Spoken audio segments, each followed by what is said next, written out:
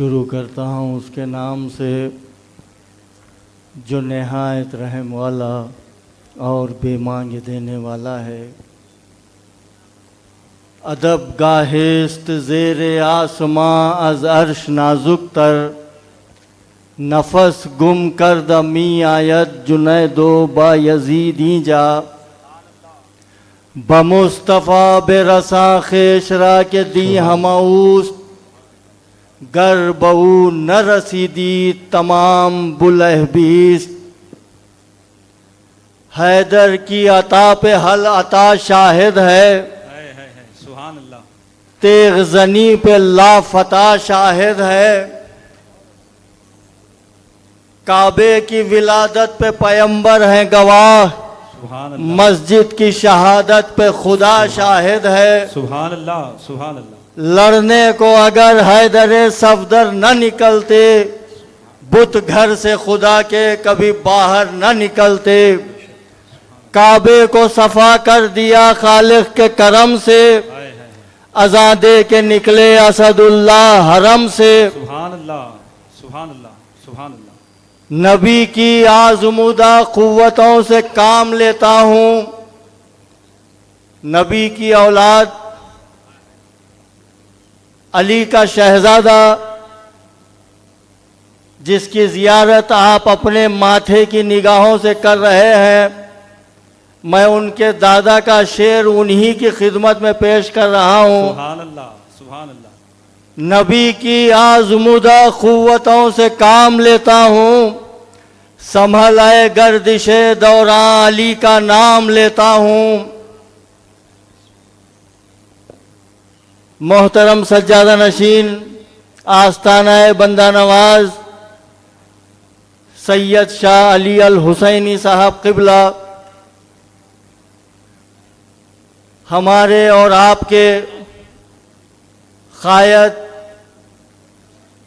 बल्कि कर्नाटका के काबिल सीनियर क़ायद, जिसका ताल्लुक़ आप ही की सरज़मीन से है, जिसे सारा कर्नाटक सैयद यासीन के नाम से जानता है।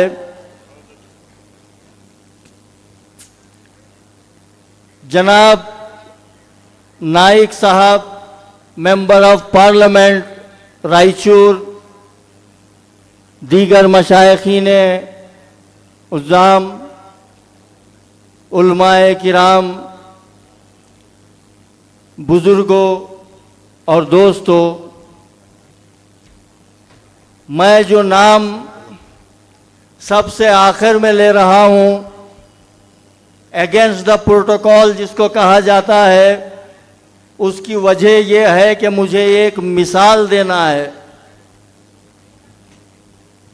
जो शख्स फ्लाइट में बैठा है, एरोप्लेन में बैठा है, वो जान सकता है इस बात को, जब प्लेन एक ऊंचाई पे जाने के बाद नीचे जब आप नज़र कर कर देखेंगे तो कोई चीज़ आपको छोटी बड़ी नज़र नहीं आने वाली है, क्योंकि आप ज़मीन के सतह से उठकर आसमान की बुलंदियों पे हैं, तो आपकी नज़र छोटी बड़ी चीज़ देखने के लिए तैयार नहीं, वो आपको यकसा नज़र आ रही है।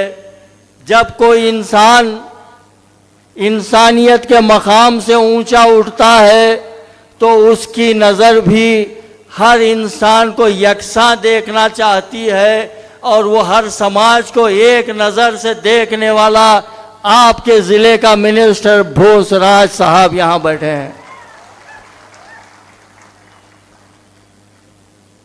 मोहतरम सज्जादा नशीन, जब औकाफ का इलेक्शन लड़ रहे थे, उस वक्त आखिरी दौरा साहिब क़िबला का जब कैनवेसिंग ख़त्म हो रही थी, तो वो आखिरी मंजलिस आप ही के रायचूर की थी।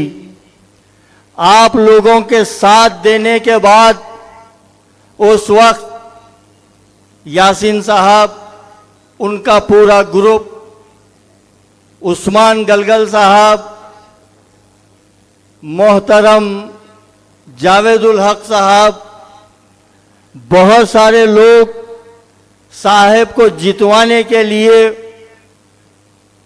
एक हवा चली हुई थी मुखालिफ, उसके बावजूद भी ये तबका रायचूर का इतना मजबूती से खड़ा रहा। एक एक वोट आपके रायचूर वालों ने साहब के हक में दिया और साहब आप लोगों की मदद से अल्हम्दुलिल्लाह अल्लाह ताला ने कातिब तकदीर ने उनकी किस्मत में कर्नाटका स्टेट के औकाफ का सदर लिख दिया गया आप लोगों की वजह से। इससे पहले औकाफ की जब तरक्की हुई, सिद्धरामैया साहब ने एक बहुत बड़ा बजट हमारे मुसलमान भाइयों को दिया।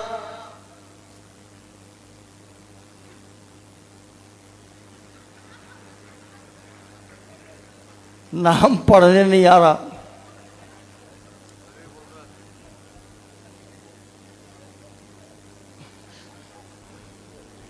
तो बहरहाल हमारे वकील साहब के जहन में जो कोर्ट में बहस होती है तो कभी कभी जो है रूलिंग्स देखते हैं वैसा रूलिंग्स याद आ रहे हैं, मैं लूँगा इंशाल्लाह।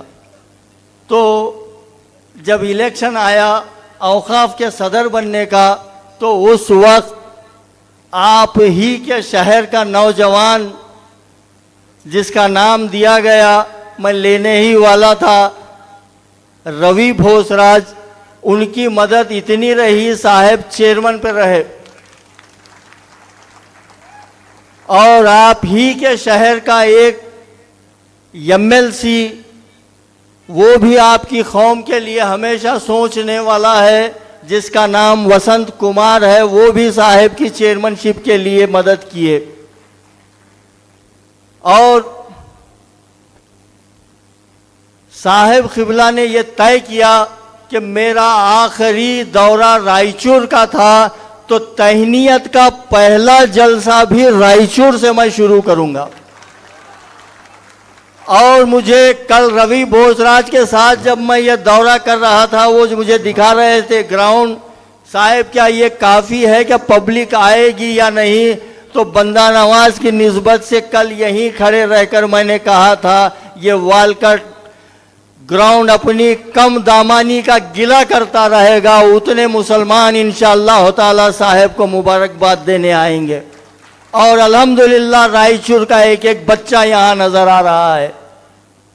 यह पहला प्रोग्राम में कई सालों के बाद हमारी कौम का, वो महिला समाज के बाद बड़ा प्रोग्राम और समंदर जो सरों का दिख रहा है वो वालकट ग्राउंड में नजर आ रहा है। तो साहब क़िबला की अब जब दूसरी जगह तहनीयत होगी तो मिसाल इंशाअल्लाह ताला रायचूर ही की दी जाएगी। सुभान अल्लाह, नारे तकबीर, नारे रिसालत, नारे रिसालत। सुभान। अभी मैं क्रिकेट के कैप्टन अजहरुद्दीन साहब कहूँ या उन्हें मौलाना मोहम्मद अजहरुद्दीन कहूँ, क्या बात है, हमारे साबिक़ा डिस्ट्रिक्ट वक्फ के चेयरमैन रसूल साहब इस बात के गवाह हैं। परसों मैं लिंगसुगुर से रात में जब आ रहा था, 1:15-1:30 बजे मेरी बात हुई अजहरुद्दीन साहब से। उन्होंने मेरा ये पूछा कि कहाँ हैं आप? तो मैं बोला साहब क़िबला की खिदमत में हूँ, लिंगसुगुर से रायचूर जा रहा हूँ। तो दौरान गुफ्तगू में मैंने उनसे पूछा कि अजहरुद्दीन साहब आप भी तशरीफ़ लाइए, बड़ा प्रोग्राम है। फिर मेरे जहन में एक चीज़ आई कि दुनिया में अल्लाह ताला ने एक बड़ा मकाम उन्हें दिया है, एक बड़ा आदमी है। तो मैं उनसे कहा कि जो लीगल आपको इनवाइट करने वाले हैं, जो आपको दावत देने वाले हैं, उनके ज़रिए दावत दिलाऊंगा। इनविटेशन छप चुके हैं, उसमें आपका नाम नहीं। तो अल्लाह ताला इस शख्स को इतना बुलंद करे, उस बंदा नवाज की निस्बत से मैं दुआ कर रहा हूँ इनके ख़ानदान के हक़ में। जुमले देखिए अजहरुद्दीन ने कहा कोई दुनिया वाले के प्रोग्राम में मैं नहीं आ रहा हूँ, मुझे कोई दावत की ज़रूरत नहीं है, बंदा नवाज ने याद किया यही मेरे लिए काफ़ी है। और आपके सामने बंदे अजहरुद्दीन बैठा हुआ है। बहरहाल औकाफ के ताल्लुक़ से यासीन साहब कह रहे थे ये इदारा खालिस मजहबी इदारा है, लेकिन हमारी बदकिस्मती ये है कि इसको सियासतदानों ने सियासत का अखाड़ा बना के छोड़ दिया है। जब वक्फ एक्ट की तरमीम हो रही थी, अमेंडमेंट हो रहा था, आप अंजना कश्यप का आप वो सवाल देखिए। अंजना कश्यप जो है पूछती है कि हिंदुस्तान में जब इतना वक्फ की जायदादें हैं, जब इतनी वक्फ की प्रॉपर्टी है, तो आपके वक्फ के जिम्मेदारों ने किया क्या है। एक अहम सवाल पूरी कौम के लिए था आपकी, न सिर्फ रायचूर बल्कि पूरे हिंदुस्तान में जहां जहां आपका भाई बसता है उसके लिए अंजना कश्यप का सवाल था। तो हर नजर ढूंढ रही थी, ख्वाजाए ख्वाजगा गरीब नवाज के पास कोई इदारा है, निजामुद्दीन महबूब इलाही के पास कोई इदारा है, खुतबुद्दीन बख्तियार काकी रहमतुल्लाह अलैह के पास कोई इदारा है, बाबा फरीद शकरगंज के पास कोई इदारा है। तो सारी नजरें खामोश होकर लौट आईं। उस वक्त अल्लाह ताला ने उस बारगाह का ऐलान करवाया जो बारगाह आपके इलाके की है, जिसे हिंदुस्तान ख्वाजा बंदा नवाज के नाम से जानता है। आज अल्हम्दुलिल्लाह 60 से 70 हजार नौजवान ग्रेजुएट साहब के कॉलेज से निकले हैं जो पूरी दुनिया में काम कर रहे हैं। वो इदारा 1952 में जिसकी बुनियाद रखी गई, आपके दादा हुजूर ने, रायचूर गुलबर्गा से दूर नहीं है। जो भी ग्रेजुएट बच्ची रायचूर के घर में बहू बनकर आई है, तो आपका ज़मीर, अगर ज़मीर जिंदा है, ज़मीर को जिंदा रखना चाहिए। बाज़ ज़मीर मुर्दे होते हैं और मुर्दा ज़मीर के पीछे लोग भागते हैं। तो आपका ज़मीर इस बात की गवाही देगा कि आपके घर में बहू ग्रेजुएट अगर हुई है तो वो बीबी रज़ा कॉलेज गुलबर्गा से हुई है। जिस वक्त आपकी कौम अपनी बच्ची को बाजू के घर में भेजना नहीं चाहती थी, 1958 में इनके दादा साहेब क़िबला मरहूम रहमतुल्लाह अलैह ने बैल बंडियों के ऊपर पर्दे डालकर खुद घर घर जाकर आपकी बच्चियों को उस घर से लाकर तालीम याफ्ता बनाया है। एक औरत अगर घर में बच्ची तालीम याफ्ता होती है तो पूरा घर तालीम याफ्ता होता है। 1949 के हालात के बाद साहिब क़िबला ने, इनके दादा ने पूरे इलाके का जायजा लिया, क्योंकि साहिब की नज़र वो बसीरत भी रखती थी और बसारत भी रखती थी। साहिब क़िबला की नज़र ने उस वक्त देखा कौम को अगर तैयार करना है तो ये कौम में इल्म आना ज़रूरी है। मच्छी खिलाया नहीं, साहिब ने मच्छी मारना सिखाया आपको, ताकि आप खुद शिकार करें, खुद भी खाएं और दूसरों को भी खिलाएं। अगर साहिब चाहते तो उस बुलंद बड़ी बारगाह में तावीज़ और पलीते देते बैठ सकते थे, लेकिन साहिब के ज़मीर ने गवारा नहीं किया, क्योंकि साहिब और मुर्शिद का काम तावीज़ बेचना नहीं है। मुर्शिद का काम मानने वाले को सिराते मुस्तकीम पे चलाना है, खुद चलना है और चलाना है। जबान वो होनी चाहिए जो अपने नाना की जबान से मुशाबे हो। सैयद का कदम उस रास्ते पे होना चाहिए जिसे दुनिया सिराते मुस्तकीम कहती है। सुभान अल्लाह, बेशक। दस्त बोसी कराने वाले मुर्शिद को चाहिए कि उसे दस्तगीरी की कुव्वत उस दस्त में हो। सिर्फ किसी के नजरानों पे नजर नहीं होनी चाहिए। अपने आप को आईने के सामने खड़ा रखकर सोचे, क्या मैं सही हूं या गीबतों में अल्लाह ताला गीबत करने वालों में मेरा शुमार रखा है। तो साहिब ने एजुकेशन फील्ड में इतना काम किया, दरगाह की वो चीज़ों को छोड़कर साहिब ये चाहते थे कि मेरी कौम ज़कात देने वाली बने, ना कि लेने वाली। आज अल्हम्दुलिल्लाह साहिब के इदारे से निकलने वाले 70,000 बच्चे आप अंदाज़ा लगाइए, अगर एक ग्रेजुएट साल में 1 लाख रुपए भी कमा रहा है तो अल्हम्दुलिल्लाह साहिब क़िबला की वजह से 70,000 लाख आपकी कौम के बच्चों के घर में आ रहे हैं।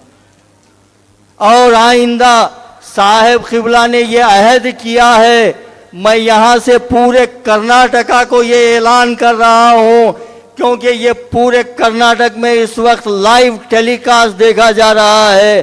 साहिब क़िबला ये चाहते हैं कि औकाफी जायदाद जिस ज़िले में है, जिस ताल्लुक़े में है, वहाँ के मुकामी हजरात आपस में बैठकर जो उम्मत मुस्लिमा का फ़ायदा हो सकता है उसको मद्देनज़र रखते हुए करें, ना कि हमारी कौम के अय्याश बदमाश सियासतदानों के हवाले ये जायदाद की जाए।